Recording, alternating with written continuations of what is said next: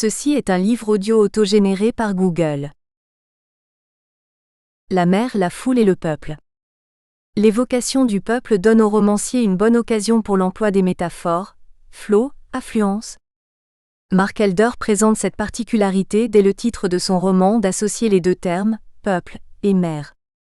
En 1913, ce romancier obtient le prix Goncourt pour son Peuple de la mer, roman dans l'air du temps divisé en 3 parties, la barque, la femme et la mer. Et s'il est vrai que la vie périlleuse des marins nous est contée, la première partie est consacrée à la jalousie des marins de Noirmoutier à l'égard d'Urbain qui vient d'acheter un bateau baptisé d'un nom qui signe l'individualisme beaucoup plus que la solidarité populaire. Le dépit des envieux. C'est en effet l'égoïsme qui prévaut, même ici, brouillant les distinctions de classe vieille rengaine, c'est par intérêt que procréent les pêcheurs comme les bourgeois s'en préservent. Mais pour notre propos, il est bon de relever que, comme Georges Hyvernaud plus tard, Mark Elder s'efforce de restituer l'oralité populaire des Chis dans l'eau, et des autres. C'est-il des poilus les gars du République? En voile kilo goules en pente. La rincette à l'équipe quoi, page 96, qui n'est qu'énayé? Page 115. Le peuple de la mer. Et tel est bien le problème lorsque l'on veut parler du peuple. La littérature quand elle s'en charge est parole et le peuple quand il se manifeste, action.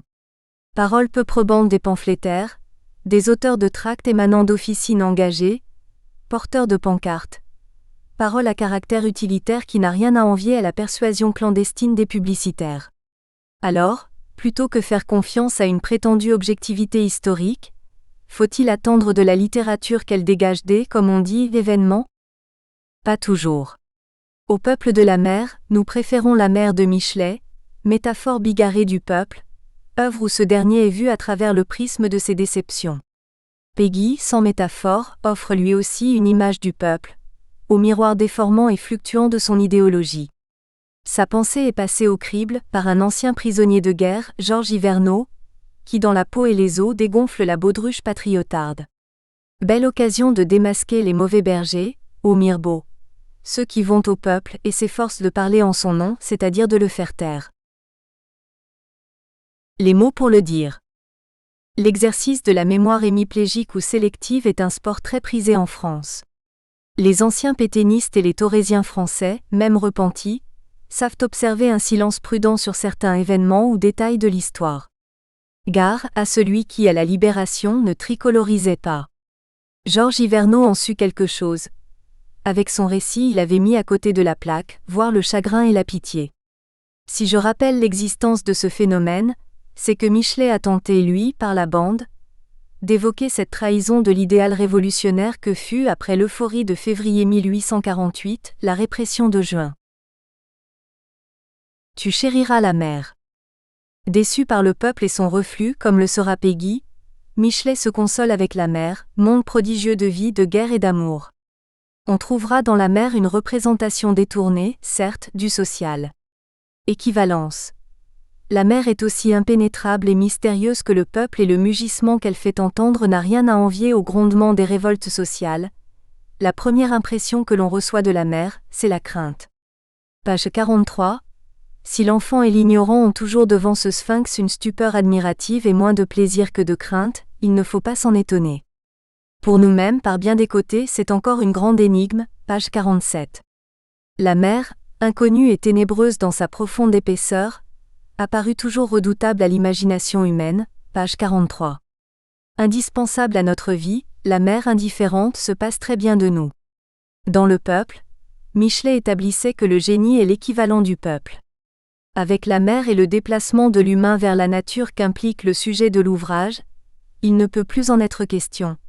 La barrière qui sépare les deux mondes, page 43, est aussi celle qui sépare le génie d'un monde autonome. Et le bruit lointain, acousmatique, que fait entendre la mer n'est guère plus engageant pour qui veut aller au peuple que les clameurs des foules. Tempête S. Le chapitre 7 du livre premier de la mer est intitulé La tempête d'octobre 1859. C'est celle qui sévit dans l'Ouest le 24 et le 25 octobre 1859, qui reprit plus furieuse et dans une horrible grandeur le vendredi 28 octobre, dura le 29, le 30 et le 31, implacable, infatigable, 6 jours et 6 nuits, sauf un court moment de repos. Page 85, Stefan Zweig parle d'un hymne comme à la seule forme de l'infini, visible et sensible en ce monde, roulant ses vagues d'horizon en horizon, regardant vers les cieux et cachant ses abîmes. Michelet évoque un diabolique fourmillement. Était-ce la faute de mes yeux et de mon cerveau fatigué? Ou bien en était-il ainsi? Elle me faisait l'effet d'une épouvantable, d'une horrible populace, non d'hommes, mais de chiens aboyants, 1 milliard de dogues acharnés, ou plutôt fous. Page 96, transposition du naufrage des journées de juin comme l'était dans l'histoire de la Révolution française, l'évocation du massacre du Champ de Mars du 17 juillet 1791. Chaos. Davantage entendu que vu en ses débuts, la tempête fait mesurer aux témoins son insignifiance face à l'élément. 5 jours et 5 nuits, sans trêve, sans augmentation ni diminution, ce fut la même fureur et rien ne changea dans l'horrible. Point de tonnerre, point de combat de nuages, point de déchirement de la mer. Du premier coup, une grande tente grise ferma l'horizon en tous sens, on se trouva enseveli dans ce linceul d'un morne gris de cendre qui n'ôtait pas toute lumière et laissait découvrir une mer de plomb et de plâtre, odieuse et désolante de monotonie furieuse. La furie de l'ouragan, par un effort désespéré réussit à desceller le gond d'un volet. Page 93 à 94, Monstre, que demandez-vous? Ta mort est la mort universelle, la suppression de la terre et le retour du chaos. Incertitude. Avant le déclenchement de la tempête règne un calme sombre. Confère. Nisant, derrière le narrateur montait un monde de nuages noirs contre lesquels soufflait un vent de terre. Sera-t-il de taille à repousser l'assaut de l'océan? Incertitude, et le phare de Cordouan laisse présager un malheur, page 92. Dans le chapitre qui suit, la tempête d'octobre 1859, il est dit que le phare qui éclaire la tempête en préserve souvent, mais c'est toujours à lui qu'on s'en prend.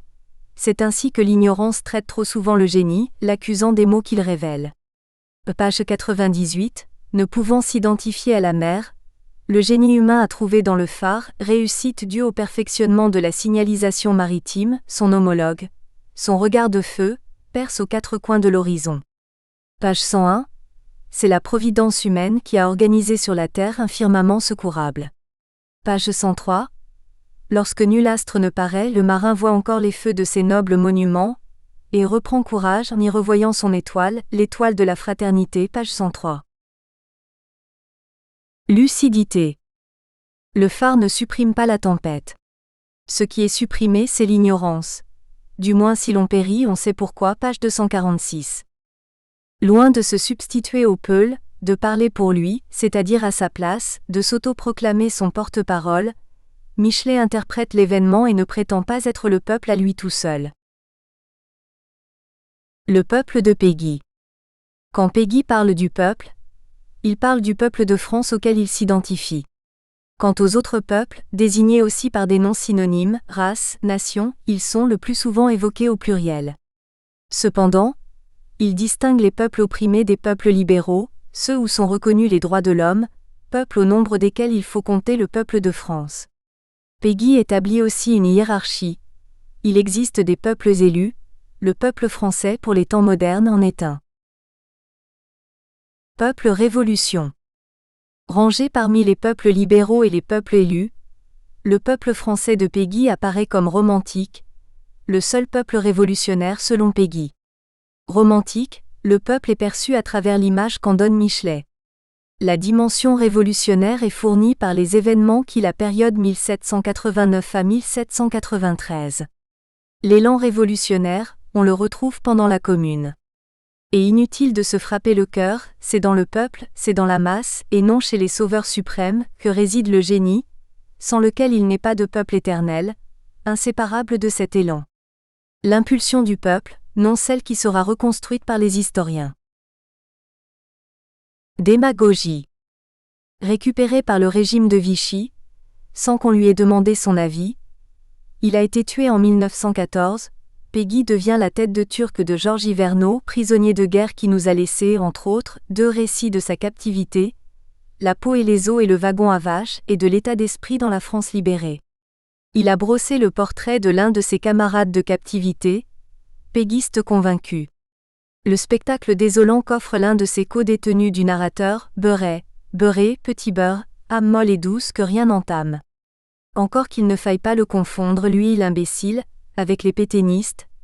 Des gens bien, des gens sérieux, des gens soignés, des roublards, des petits salauds, des gens moraux, des gens nationaux. Tout ce qui est pour la famille et pour le travail et pour que les pauvres restent à leur place de pauvres. Tout ça est pour Peggy. Ils ont mis Peggy avec eux. C'est tellement facile. Il suffit de découper dans son œuvre les pages qu'il écrivait au nom de sa classe et qui se retournent contre elle, page 136, avec toutes ces formules empruntées à Peggy.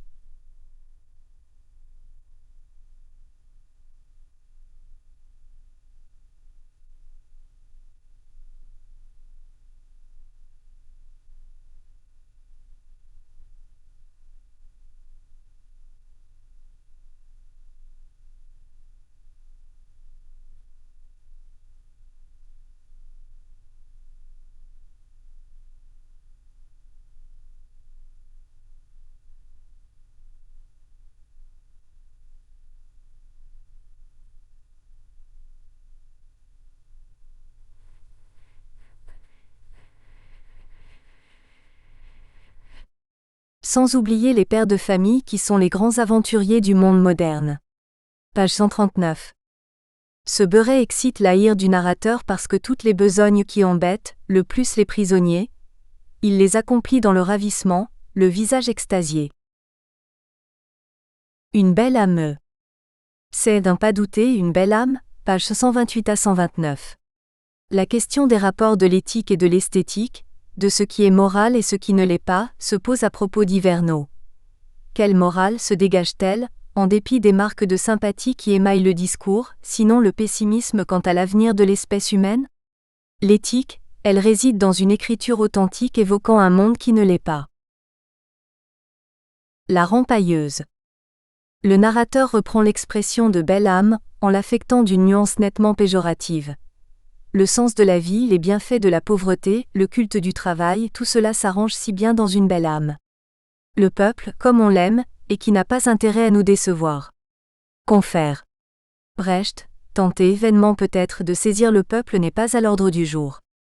La mère de Peggy rempaillait des chaises comme chacun sait. Elle les rempaillait humblement et scrupuleusement, et ne demandait rien d'autre à Dieu que des chaises à rempailler. C'était son honneur, sa religion. Une femme du peuple comme il en faudrait aujourd'hui. Elle rempaillait ces chaises du même cœur que les gens du Moyen-Âge bâtissaient des cathédrales. À cette différence près que les bâtisseurs du XIIIe siècle, c'étaient des gars comme nos charpentiers et nos maçons, et de conditions pires. Toute la journée à remuer de la pierre. Le narrateur essaie bien de faire comprendre à Beuret qu'ils pensaient à leur soupe. Ils ne pensaient pas tout le temps au bon Dieu. Page 129. Je lui disais qu'il fallait prendre contre Peggy le parti de la mère de Peggy. Peine perdue. Page 130. Mais que peut la lucidité face à la résignation? La mère du narrateur était elle aussi, mollement et doucement résignée. Comme les gens de son enfance, ces petites filles avec lesquelles il jouait sur les trottoirs, qui savaient déjà qu'elles étaient condamnées aux lessives et au ménage, à l'homme qui boit, page 131. Ça ne vaut pas le coup d'essayer de changer les choses. Il n'y a qu'à rester à sa place. Le narrateur revoit sa mère, image menue et noire du renoncement et du consentement à tout. Une femme du peuple comme il en faudrait aujourd'hui. Il faut travailler tant qu'on peut, page 132, elle n'avait rien d'autre à lui enseigner. Quant à l'école de la Troisième République dont l'une des fonctions était de donner aux petits Français une formation civique, elle exaltait le suffrage universel, et se gardait bien de mentionner les pressions idéologiques exercées sur lui par le pouvoir, le rôle de l'État n'étant pas à l'époque de jouer les arbitres, mais bien d'assurer, comme l'affirmaient les anarchistes, l'exploitation d'une classe par une autre. Certes, Peggy se dit impressionnée par la société mourante et l'anarchie de Jean Grave. Engagée dans la défense de Dreyfus, au nom des droits de l'homme, Peggy revient sur l'identification, valorisation positive, qu'il a jusqu'alors reconnue au peuple, aux humbles et au prolétariat. Le peuple façon Peggy. L'affaire Dreyfus, servant de révélateur, le peuple se montre souvent incompétent, fait tomber Peggy de haut. Il est des moments où le peuple, dont on a construit l'image, se métamorphose en foule, ivre de haine, pousse au crime. Peut-on encore, dans ces conditions, faire confiance à l'expression du suffrage universel? Au lieu de s'en prendre à une gauche antisémite sans principe, confère. Jules Guesde, Peggy incrimine l'esprit de parti et jette le bébé avec l'eau du bain. Cette démocratie qui nous est chère, malgré ses insuffisances manifestes, les aspirations du peuple, l'intérêt national même sont remplacés par les ambitions personnelles, et confondus par Peggy avec les mœurs et pratiques parlementaires. Et Peggy en arrive, enfin, vers 1900, à cette conclusion à laquelle était déjà parvenu Octave Mirbeau. Et le narrateur d'évoquer cette trahison de l'idéal révolutionnaire que fut, après l'euphorie de février 1848, la répression de juin. Passéisme. Selon Hyvernaud, Peggy, bien qu'il parle toujours de socialisme et de révolution, lui non plus n'enseigne rien d'autre que la mère du narrateur. Aussi ce dernier dit en savoir autant que Peggy sur les modestes, les discrètes vertus populaires. Leur Peggy ne l'attendrit pas, page 138, le laisse froid, page 138, je laisse la piété aux niais et aux cyniques, page 139. Le champion des humbles, il s'entendait comme pas un à brouiller les choses et les mots.